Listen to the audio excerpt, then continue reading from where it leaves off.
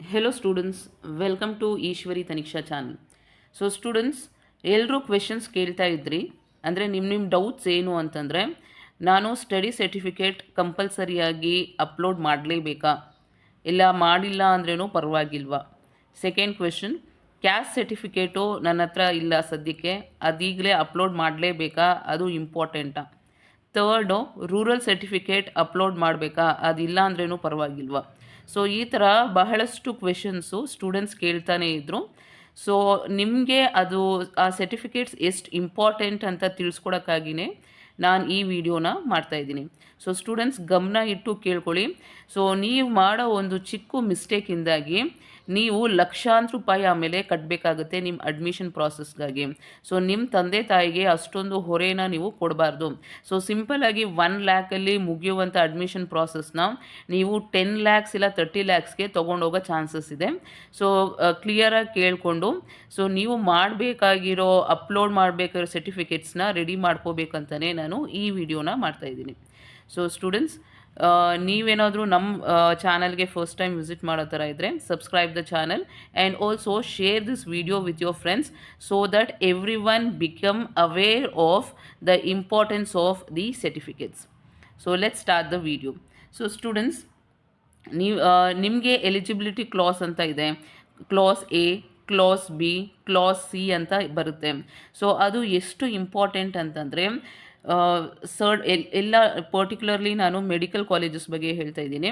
Medical ಕಾಲೇಜಲ್ಲಿ government seat ನಿಮ್ಗೇನಾದರೂ ಸಿಕ್ಕಿದ್ರೆ ಇಟ್ ಈಸ್ ಫೀಸ್ ಬಂದುಬಿಟ್ಟು ಪರ್ ಇಯರ್ಗೆ ನಿಮಗೆ ಬರೀ 60,000 ಅಷ್ಟೇ. ಜಸ್ಟ್ ಇಮ್ಯಾಜಿನ್ ಮಾಡ್ಕೊಳ್ಳಿ, ಜಸ್ಟ್ 60,000ಅಲ್ಲಿ ನಿಮಗೆ 1 ಇಯರ್ ಮೆಡಿಕಲ್ ಸೀಟ್ ಇರುತ್ತೆ. ಅದೇ ನಿಮ್ಗೇನಾದರೂ ಪ್ರೈವೇಟಲ್ಲಿ ತೊಗೊಳಕ್ಕೆ ಹೋದರೆ ನಿಮಗೆ ಎಷ್ಟಿರುತ್ತೆ ಅಂದರೆ ಮ್ಯಾನೇಜ್ಮೆಂಟ್ ಸೀಟ್ಸ್ ಬಂದುಬಿಟ್ಟು 30 ಲ್ಯಾಕ್ಸ್ ಆ್ಯಂಡ್ ಅಬೋವ್ ಇರುತ್ತೆ.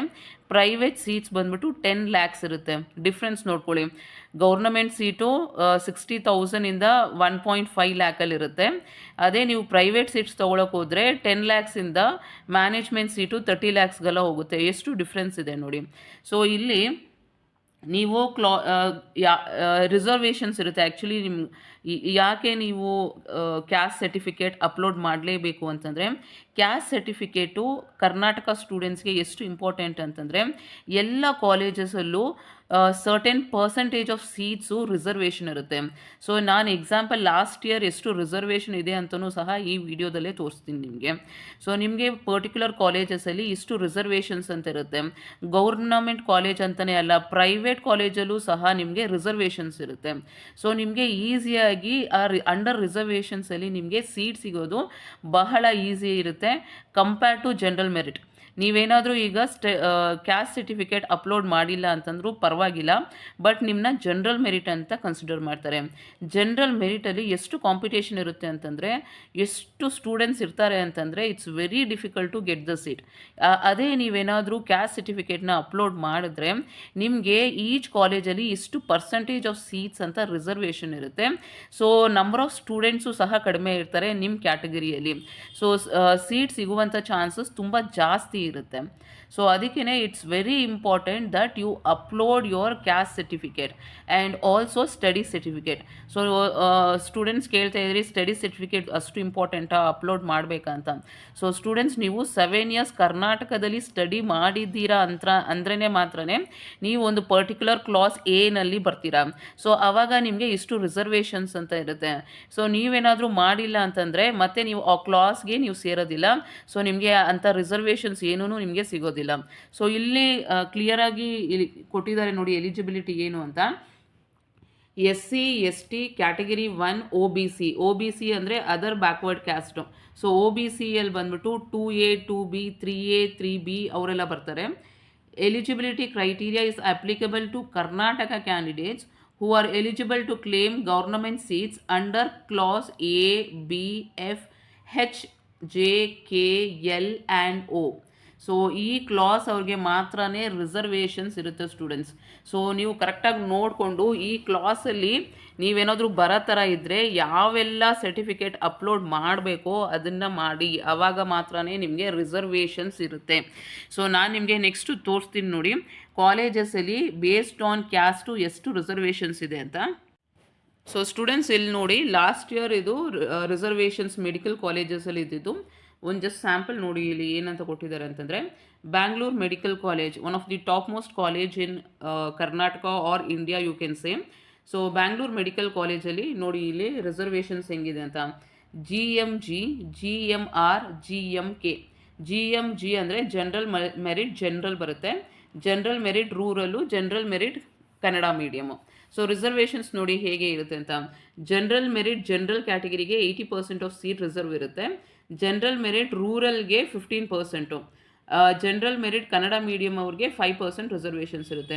ಅಂದರೆ ನೀವು ರೂರಲ್ ಸರ್ಟಿಫಿಕೇಟು ಮತ್ತು ಕನ್ನಡ ಮೀಡಿಯಮ್ ಸರ್ಟಿಫಿಕೇಟು ನೀವು ಪ್ರೊಡ್ಯೂಸ್ ಮಾಡಿದ್ರೆ ನಿಮ್ಮ ಜನರಲ್ ಮೆರಿಟ್ ಆಗಿದ್ರೂ ಸಹ ನಿಮಗೆ ರಿಸರ್ವೇಷನ್ಸ್ ಇದೆ ಇಲ್ಲಿ. ಅಂದರೆ ನೋಡಿ ಇಲ್ಲಿ ಬ್ಯಾಂಗ್ಳೂರ್ ಮೆಡಿಕಲ್ ಕಾಲೇಜಲ್ಲಿ rural candidate general merit rural ಕ್ಯಾಂಡಿಡೇಟ್ಗೆ 12 ಸೀಟ್ಸ್ ರಿಸರ್ವ್ ಆಗಿದೆ, ಮತ್ತು ಕನ್ನಡ ಮೀಡಿಯಮ್ ಜನರಲ್ ಮೆರಿಟ್ ಕ್ಯಾಂಡಿಡೇಟ್ಸ್ಗೆ 4 ಸೀಟ್ಸ್ ರಿಸರ್ವ್ ಆಗಿದೆ. ಅದೇ ಥರ SCಯಲ್ಲೂ ಅಷ್ಟೇ ಜನರಲ್ ಇದೆ, ರೂರಲ್ ಇದೆ, ಕನ್ನಡ ಮೀಡಿಯಮ್ ಇದೆ. ಸೊ ಜನರಲ್ ಮೆರಿಟ್ ಜನರಲಲ್ಲಿ 26 ಸೀಟ್ಸು, SCR ಅಂದರೆ ರೂರಲಲ್ಲಿ 4 ಸೀಟ್ಸು, ಮತ್ತು SCK ಅಂದರೆ SC Kannada medium 1 seat reserve ಇದೆ. ಅದೇ ಥರ ST ಎಲ್ಲದರಲ್ಲೂ 3 ಕ್ಯಾಟಗರೀಸ್ ಇದೆ ನೋಡಿ. STG, STR, STK. ST general merit, SD rural, ST Kannada medium. So seats ಹೆಂಗೆ ರಿಸರ್ವ್ ಆಗಿದೆ ಅಂತ ನೋಡಿ. ಮತ್ತು ಕ್ಯಾಟಗರಿ 1ಗೂ ಅಷ್ಟೇ 1G, 1R, 1K. So Kannada medium rural certificate ಎಷ್ಟು ಇಂಪಾರ್ಟೆಂಟ್ ಇದೆ ಅಂತ ನೋಡಿ. ಮತ್ತು 2AG, 2AR, 2AK. ಸೊ ಇದಕ್ಕೂ ಸಹ ರಿಸರ್ವೇಷನ್ಸ್ ಇದೆ. ಮತ್ತು 2BG, 2BR, 2BK, 3AG, 3AR, 3AK. So students ಇಲ್ಲಿ ಜನರಲ್ ಮೆರಿಟ್ ಅಂತಂದರೆ ರೂರಲ್ ಸ್ಟೂಡೆಂಟ್ಸು ಸಹ ಇದರಲ್ಲಿ ಸೀಟ್ ಸಿಗುತ್ತೆ. ಇವಾಗ ಒಂದು ಎಕ್ಸಾಂಪಲ್ ತೊಗೊಳ್ಳಿ. ಸೊ ಒಂದು ಪರ್ಟಿಕ್ಯುಲರ್ ಕ್ಯಾಂಡಿಡೇಟ್ ಹತ್ರ ರೂರಲ್ ಸರ್ಟಿಫಿಕೇಟ್ ಇದೆ ಮತ್ತು ಕನ್ನಡ ಮೀಡಿಯಮ್ ಸರ್ಟಿಫಿಕೇಟ್ ಇದೆ ಅಂತ ಅಂದ್ಕೊಳ್ಳಿ, ಮತ್ತು ಅವ್ರು ಬಂದ್ಬಿಟ್ಟು 2A ಕ್ಯಾಟಗರಿಗೆ ಬಿಲಾಂಗ್ ಆಗಿದ್ದಾರೆ. ಸೊ ನಿಮ್ಮ ಕ್ಯಾಟಗರಿ ಬಂದ್ಬಿಟ್ಟು 2A, ನಿಮ್ಮ ಹತ್ರ ರೂರಲ್ ಸರ್ಟಿಫಿಕೇಟ್ ಇದೆ ಮತ್ತು ಕನ್ನಡ ಮೀಡಿಯಮ್ ಸರ್ಟಿಫಿಕೇಟ್ ಇದೆ ಅಂದ್ಕೊಳ್ಳಿ. ಸೊ 2A ಕ್ಯಾಟಗರಿ ಪರ್ಟಿಕ್ಯುಲರ್ಲಿ ನೋಡೋಣ ಈಗ.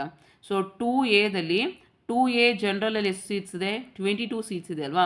ಈ 22 ಸೀಟ್ಸು ಯಾರ್ಯಾರು ಕೊಡ್ತಾರಂದರೆ ನಿಮ್ಮ ಹತ್ರ rural certificate Kannada medium certificate ಇದ್ರೂ ಸಹ ಇದರಲ್ಲಿ ನಿಮ್ಗೆ ಸಿಗುತ್ತೆ, 22ಅಲ್ಲೂ ಸಿಗುತ್ತೆ. ಸೊ 22 ಏನಾದರೂ ಖಾಲಿ ಆಗೋದ್ರೆ ನೆಕ್ಸ್ಟು 2AR ಅಲ್ಲಿ ಸಿಗುತ್ತೆ ನಿಮಗೆ. ಅಂದರೆ 2AR ರೂರಲ್ ಕ್ಯಾಂಡಿಡೇಟ್ಸ್ ಅಂತ ಇದೆ ಅಲ್ವಾ, ಪರ್ಟಿಕ್ಯುಲರ್ಲಿ ಆ 4 ಸೀಟ್ಸಲ್ಲಿ ನಿಮಗೆ ಸಿಗುತ್ತೆ. ಹಂಗೂ ಕಾಂಪಿಟೇಷನ್ ಜಾಸ್ತಿ ಇತ್ತು, ಅದರಲ್ಲೂ ನಿಮಗೆ ಸಿಕ್ಕಿಲ್ಲ ಅಂತಂದರೆ 2AK ಸಿಗುತ್ತೆ, ಕನ್ನಡ ಮೀಡಿಯಮಲ್ಲಿ ಸಿಗುತ್ತೆ. ಸೊ ನಿಮಗೆ 22 + 4 + 1 ಅಂದರೆ 27 ಸೀಟ್ಸ್ ಟೋಟಲು. ಈ 27 ಸೀಟ್ಸಲ್ಲಿ ನಿಮಗೆ ಸಿಗುತ್ತೆ ಅಂತ ಅರ್ಥ. ಸೊ ಸ್ಟೂಡೆಂಟ್ಸ್ ಎಷ್ಟು ಇಂಪಾರ್ಟೆಂಟ್ ಅಂತ ಗೊತ್ತಲ್ವಾ.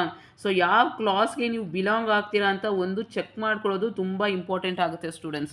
ಸೊ ಸುಮ್ಮನೆ ಯಾವುದೋ ಒಂದು ಕ್ಲಾಸ್ ಬಂತಲ್ಲ, ಯಾವುದೋ ಒಂದು ಅಪ್ಲಿಕೇಶನ್ ಮುಗಿಸ್ಬಿಟ್ಟೆ ನಾನು ಕಂಪ್ಲೀಟ್ ಆಗೋಯ್ತು ಅನ್ನೋ ಥರ ಅನ್ಕೋಬೇಡಿ.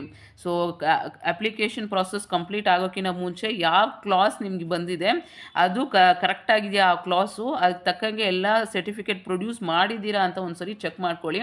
ಇಲ್ಲ ಅಂತಂದರೆ 1 ಇಯರ್ ಲಾಸ್ ಆಗೋ ಚಾನ್ಸ್ ಇದೆ, ಇಲ್ಲ ಲ್ಯಾಕ್ಸ್ ಆಫ್ ರುಪೀಸ್ ನೀವು ಕಳ್ಕೊಳ್ಳೋ ಚಾನ್ಸಸ್ಸು ಇದೆ. So you should be very cautious. ನೀವು ತುಂಬ ಕಾಷಿಯಸ್ ಆಗಿ ಈ ಅಪ್ಲಿಕೇಶನ್ ಫಾರ್ಮ್ನ ಫಿಲ್ ಮಾಡಬೇಕಾಗುತ್ತೆ. ಆ್ಯಂಡ್ ಸ್ಟೂಡೆಂಟ್ಸ್ ಮರೀದೆ ನೀವು ಯಾವ ಕ್ಲಾಸ್ಗೆ ಬಿಲಾಂಗ್ ಆಗ್ತೀರಾ ಅನ್ನೋದನ್ನ ಕಮೆಂಟ್ ಬಾಕ್ಸಲ್ಲಿ ತಿಳಿಸಿ. All the very best students.